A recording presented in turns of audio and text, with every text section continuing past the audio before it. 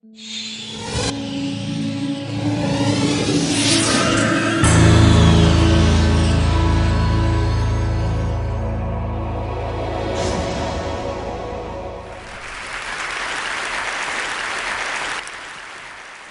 1975, I met in Florence Professor Carlo Pedretti, my former professor of art history, and today a world-renowned scholar of Leonardo da Vinci. Well, he asked me if I could find some technological way to unfold the 5 centuries-old mystery related to a lost masterpiece by Leonardo da Vinci, the Battle of Anghiari, which is supposed to be located in the Hall of 500 in Palazzo Vecchio in Florence. Well, in the mid-70s, there were no great opportunities for a bioengineer like me, especially in Italy, and so I decided with some researchers from the United States and the University of Florence to start probing the murals decorated by Vasari on the long walls of the Hall of 500, searching for the lost Leonardo.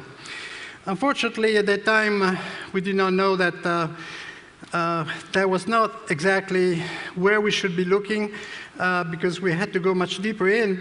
And so the research came to a halt, and it was only taken up in 2000 thanks to the interest and enthusiasm of the Guinness family. Well, this time we focus on trying to reconstruct the way the Hall of 500 was before the remodeling, and the so-called Sala Grande, which was built in 1494, and to find out the original doors, windows. And in order to do that, we first created a 3D model. And then with thermography, we went on to discover hidden windows. These are the original windows of the hall of the Sala Grande. We also found out about the height of the ceiling.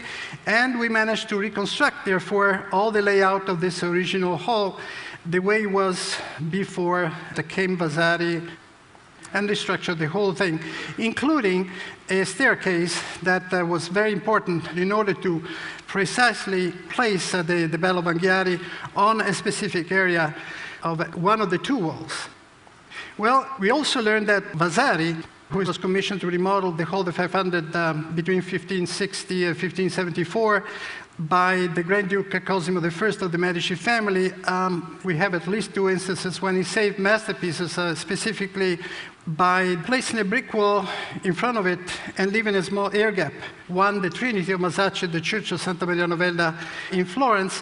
So we just said, well, maybe Vasari has done something like that in the case of this great work of art by Leonardo, since he was a great admirer of Leonardo da Vinci. And so we built some very sophisticated radar antennas just for probing both walls and searching for an air gap.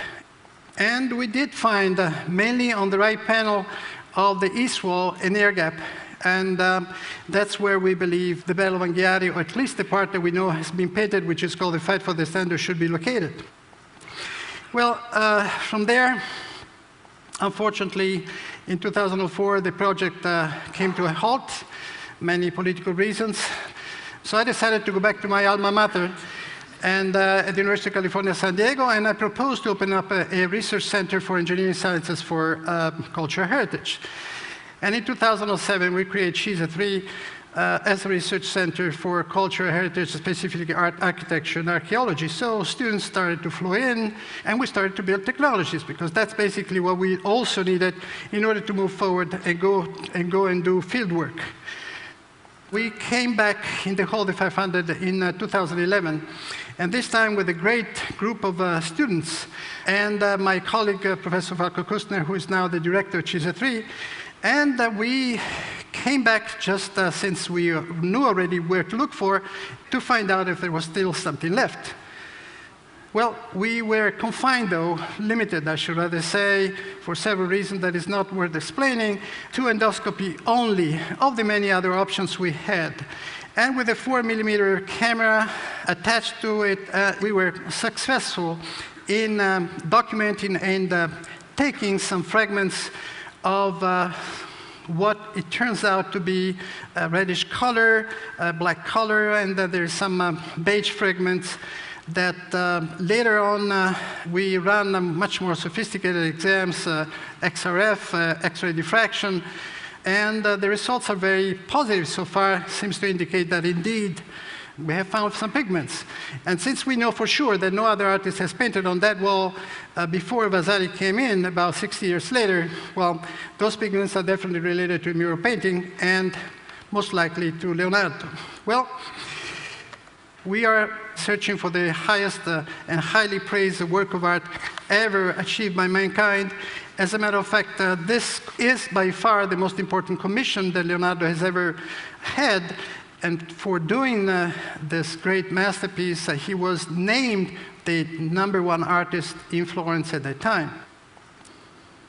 I had also had the privilege since the last 37 years to work on several masterpieces, as you can see behind me. But basically to do what? Well, to assess, for example, state of conservation. See here a face of the Madonna of the chair that when just shining UV light on it, you suddenly see another different lady, aged lady, I should rather say. There is a lot of varnish still sitting there, several retouches, and some over cleaning. It becomes very visible. But also, technology has helped to write new pages of art history, or at least to update pages of art histories. For example, The Lady with the Unicorn, another painting by Raphael. Well, you see the unicorn, a lot has been said and written about the unicorn, but if you take an X-ray of the unicorn, it becomes a puppy dog. And no problem, but unfortunately, continuing with the scientific examination of this painting, came out that Raphael did not paint the unicorn, did not paint the puppy dog, actually left the painting unfinished. So all this writing about the exotic symbol of the unicorn, unfortunately, is not very reliable. Well, also authenticity. Just think for a moment, if science really could move in the field of authenticity of works of art, there would be a cultural revolution, to say the least, but also, I would say, a market revolution, let me add. Take this example, Otto Marseus, nice painting, which is still life at the Pitti Gallery, and just have an infrared camera peering through, and luckily for art historians, it just was confirmed that there is a signature. Otto Marseus even says when it was made, and also the location. So that was a good result. Sometimes it's not that good. And so, again, authenticity and science could go together and change the way not attribution is being made, but at least lay the ground for a more objective, or I should rather say, less subjective attribution as it is done today.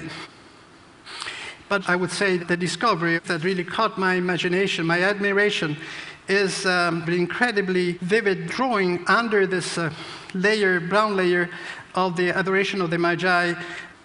Here you see a handmade setting, XYZ scanner with an infrared camera put on it, and just peering through this brown layer of this masterpiece to reveal what could have been underneath.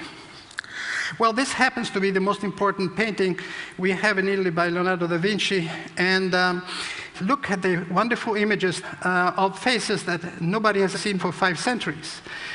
Look at these portraits. They are magnificent. You see Leonardo at work. You see the geniality of his creation right directly on the ground layer of the panel. And see this cool thing, finding, I should rather say,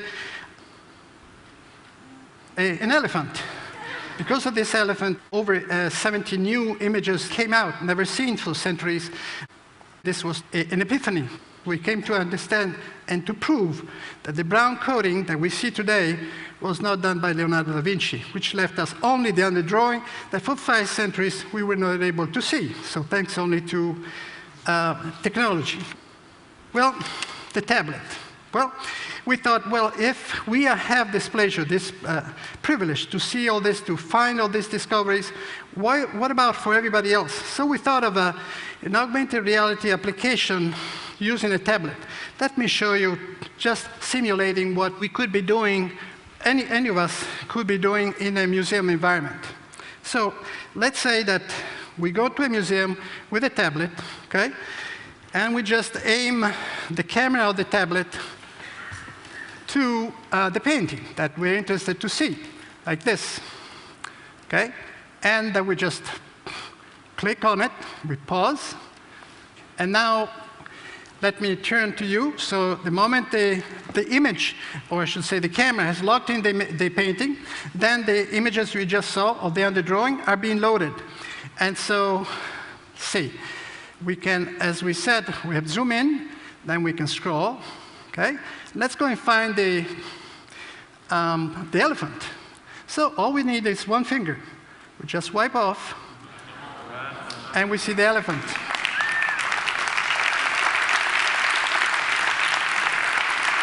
Okay?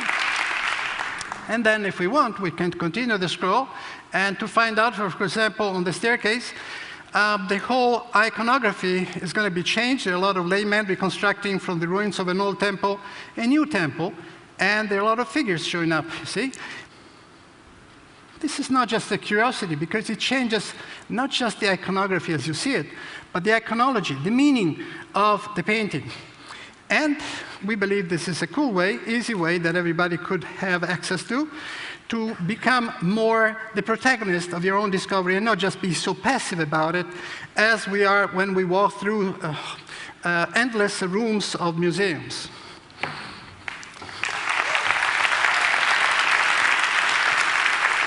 Another concept is the digital clinical chart, which sounds very obvious if we were to talk about real patients, but when we talk about works of art, unfortunately, it's never been tapped as an idea. Well, we believe, again, that this should be the beginning, the very first step to do real conservation, and allowing us to really explore and to understand everything related to the state of conservation, the technique, materials, and also if, when, and why we should restore and or rather to intervene on the environment surrounding the painting. Well, our vision is to rediscover the spirit of the Renaissance, create a new discipline where engineering for cultural heritage is actually a symbol of blending art and science together. We definitely need a new breed of engineers that will go out and do this kind of work and rediscover for us these values, these cultural values that we badly needed, especially today. And if you want to summarize in one just single word, well, this is what we're trying to do. We try to give a future to our past in order to have a future. As long as we live a life of curiosity and passion, there is a bit of Leonardo in all of us. Thank you.